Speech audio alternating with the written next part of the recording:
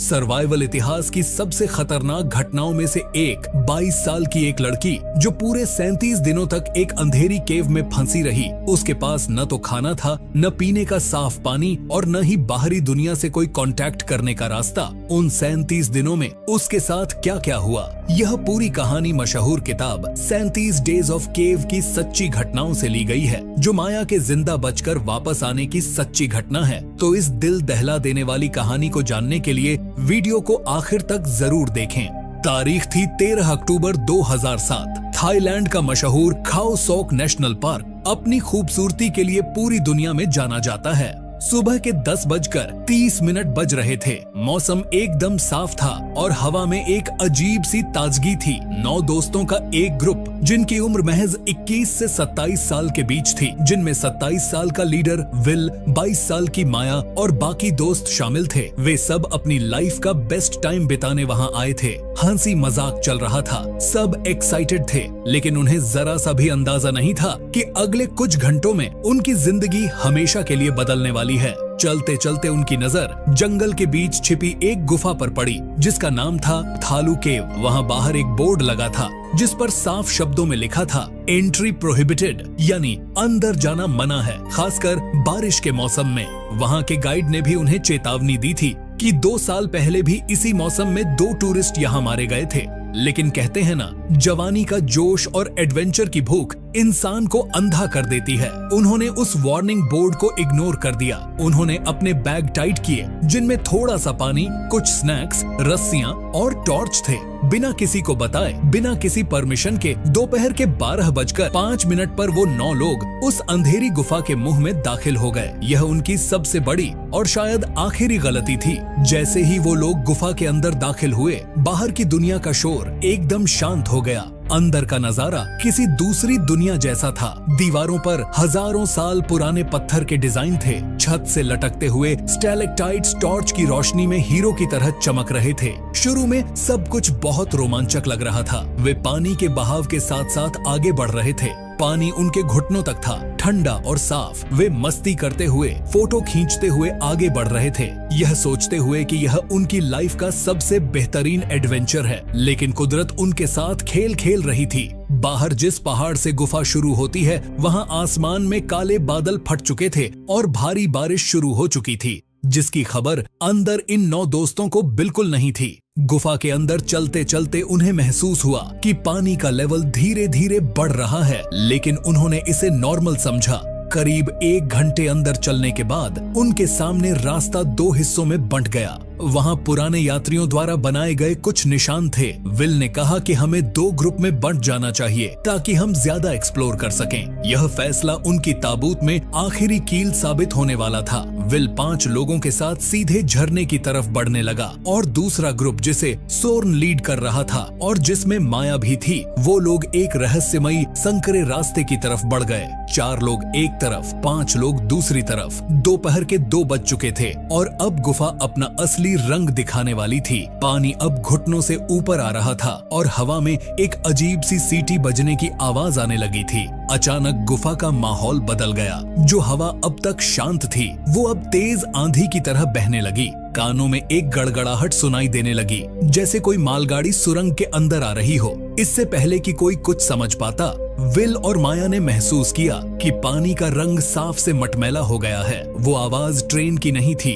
वो आवाज थी फ्लैश फ्लड की। लाखों गैलन पानी जो पहाड़ों से सीधा गुफा के मुंह में घुस रहा था। विल ने जोर से चिल्लाया, भागो, ऊंची जगह पर चढ़ो। लेकिन गुफा में उसकी आवाज गूंज कर रह गई। माया और उसका ग्रुप जिस संकरे रास्ते पर था, वहाँ पानी प्रेशर कुकर की तरह भर गया। पानी का बहाव इतना तेज था कि इंसान तो क्या, बड़ी बड़ी चट्टानें भी अपनी जगह से हिल रही थीं। पानी पलक झपकते ही घुटनों से गले तक आ गया। विल का ग्रुप जो झरने के पास था, उनका तो नामो निशान मिट चुका था। माया पानी के थपेड़ों से इधर उधर टकरा रही थी। उसका सिर पत्थरों से टकराया, खून बहने लगा, लेकिन सर्वाइवल इंस्टिंक्ट ने उसे हार नहीं मानने दी। वो हाथ पैर मारते हुए किसी तरह एक ऊंची चट्टान के कोने पर जा अटकी। वो वहाँ अकेली थी, अंधेरे में, और नीचे मौत का सैलाब बह रहा था। दोस्तों, कहानी के सबसे खौफनाक मोड़ पर जाने से पहले एक छोटी सी गुजारिश है। माया की यह जंग अभी शुरू हुई है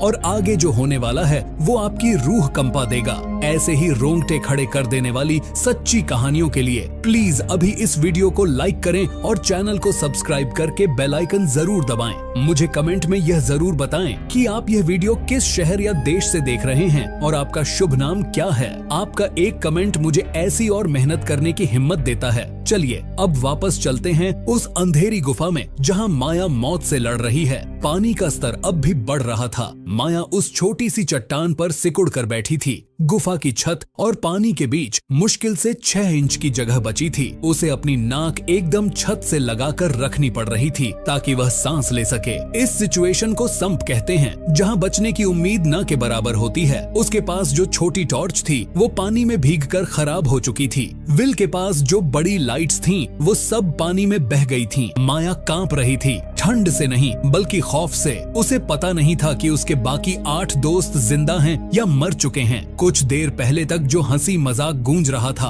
अब वहाँ सिर्फ पानी के टकराने की डरावनी आवाजें थीं। पहली रात काटना किसी नर्क से कम नहीं था। हर सेकंड उसे लग रहा था कि पानी का लेवल बढ़ेगा और वो डूब जाएगी। अंधेरे में उसे अजीब सी आकृतियां दिखाई देने लगीं। जब भी कोई चीज उसके पैर से टकराती, उसे लगता कि यह उसके किसी दोस्त की लाश है। वो जोर जोर से रोना चाहती थी, लेकिन डर के मारे उसके गले से आवाज नहीं निकल रही थी। वो बस भगवान से प्रार्थना कर रही थी कि यह बुरा सपना खत्म हो जाए। अगले 2 दिनों तक माया उसी चट्टान पर चिपकी रही। पानी का स्तर थोड़ा कम हुआ, लेकिन बाहर निकलने का रास्ता पूरी तरह ब्लॉक हो चुका था, क्योंकि निचले हिस्से अभी भी पानी से भरे हुए थे। जब पानी थोड़ा नीचे उतरा तो अंधेरे में माया का हाथ किसी ठंडी और सख्त चीज से टकराया। उसके दिल की धड़कन रुक गई। उसने कांपते हाथों से टटोला। वो इंसानी बाल थे। वो उसकी दोस्त जेसिका की लाश थी, जिसका पैर 2 चट्टानों के बीच फंस गया था और वो डूब गई थी।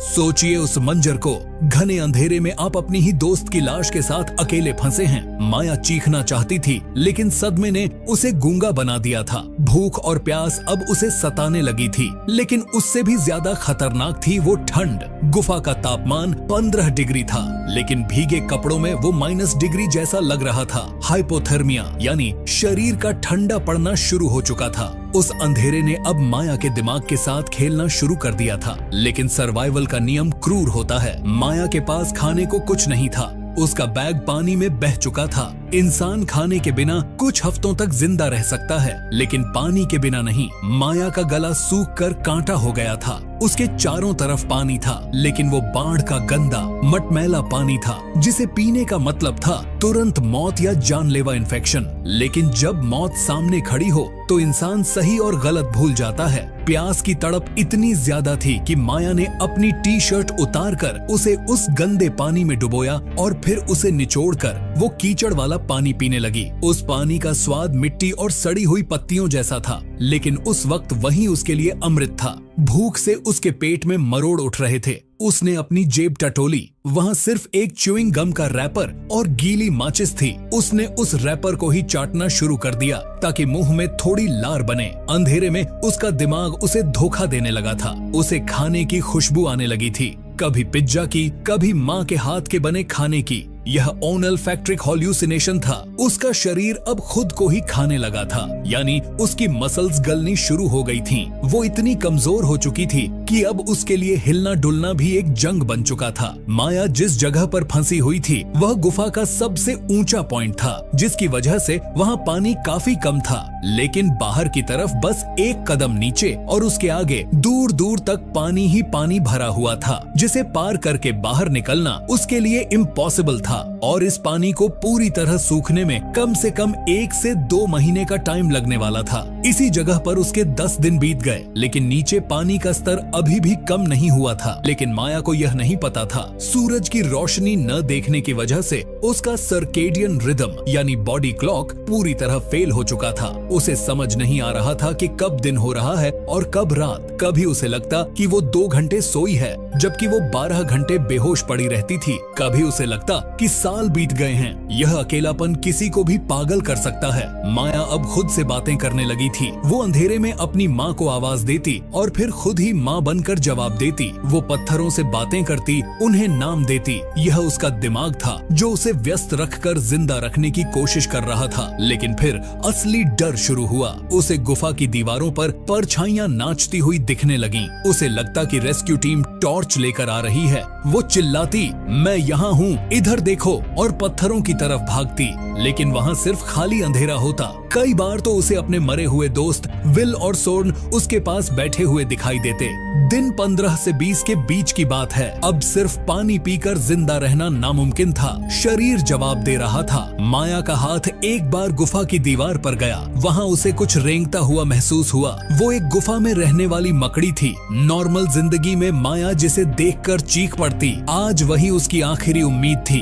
भूख इंसान को जानवर बना देती है। माया ने उस मकड़ी को पकड़ा और अंधेरे में ही उसे कच्चा चबा गई। उसे कुछ महसूस नहीं हुआ, न घिन न स्वाद। उसे बस कुछ भी चाहिए था जो उसके पेट की आग बुझा सके। इसके बाद उसने अंधेरे में टटोलकर गुफा के झींगुर, कीड़े और जो भी हाथ लगा उसे खाना शुरू कर दिया। उसने देखा कि गुफा की छत पर चमगादड़ लटक रहे हैं और नीचे उनकी गंदगी पड़ी है। वहाँ कुछ फंगस और मशरूम उगे थे। वो जहरीले हो सकते थे, लेकिन माया के पास कोई विकल्प नहीं था। उसने वो सड़े हुए मशरूम खाए। उसका पेट खराब हुआ, उसे उल्टियाँ हुई, लेकिन वो रुकी नहीं। उसके पैरों में अब 10 फुट बीमारी हो गई थी। लगातार गीले रहने की वजह से उसके पैरों की चमड़ी गलकर सफेद हो गई थी और मांस हड्डियों से अलग होने लगा था। अपने ही शरीर से आती सड़ांध उसे महसूस हो रही थी। वो एक जिंदा लाश बन चुकी थी जो बस सांस ले रही थी। 25 दिन बीत चुके थे। माया अब पूरी तरह निढाल हो चुकी थी। उसमें अब कीड़े पकड़ने की भी ताकत नहीं थी।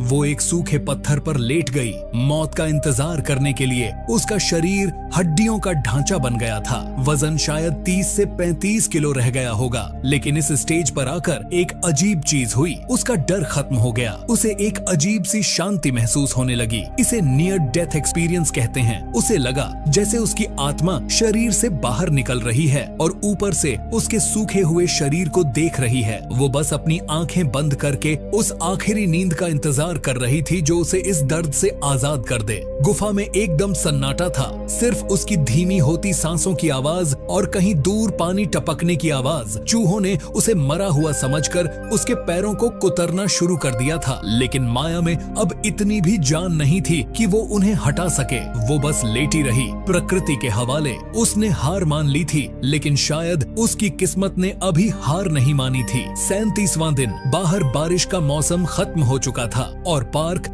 फिर से खुलने की तैयारी में था। पार्क के रेंजर और एक special rescue team routine checkup के लिए गुफा में दाखिल हुई। वे स्कूबा गियर और बड़ी बड़ी लाइट्स लेकर अंदर आए। एक गोताखोर की नजर पत्थर पर पड़ी उस हड्डियों के ढांचे पर पड़ी। जब उसने पास जाकर देखा कि वो ढांचा सांस ले रहा है तो वो हैरान रह गया। उसने जोर से चिल्लाया, वी हैव अ सर्वाइवर, यहाँ कोई जिंदा है। माया कुछ बोल नहीं पा रही थी। उसकी जीभ तालू से चिपक गई थी। वो बस अपनी सूजी हुई आंखों से उन लाइट्स को देख रही थी। जब रेस्क्यू टीम के सदस्य ने उसका हाथ पकड़ा तो उस इंसानी स्पर्श ने माया के अंदर करंट दौड़ा दिया। उसे यकीन नहीं हो रहा था कि यह सच है। उसे स्ट्रेचर पर डाला गया। जब माया को गुफा से बाहर लाया गया, उसे तुरंत हॉस्पिटल ले जाया गया। डॉक्टर भी हैरान थे कि बिना खाने के और गंदा पानी पीकर कोई 37 दिन तक कैसे जिंदा रह सकता है। यह किसी चमत्कार से कम नहीं था। लेकिन अस्पताल में होश आने के बाद जब माया ने अपने दोस्तों के बारे में पूछा तो जवाब ने उसे अंदर से तोड़ दिया। विल, सोर्न और बाकी सभी 8 दोस्तों की लाशें बरामद कर ली गई थीं। 9 लोग गए थे और सिर्फ एक वापस लौटा। लोग उसे मिरेकल गर्ल कहते हैं। आज वो एक मोटिवेशनल स्पीकर है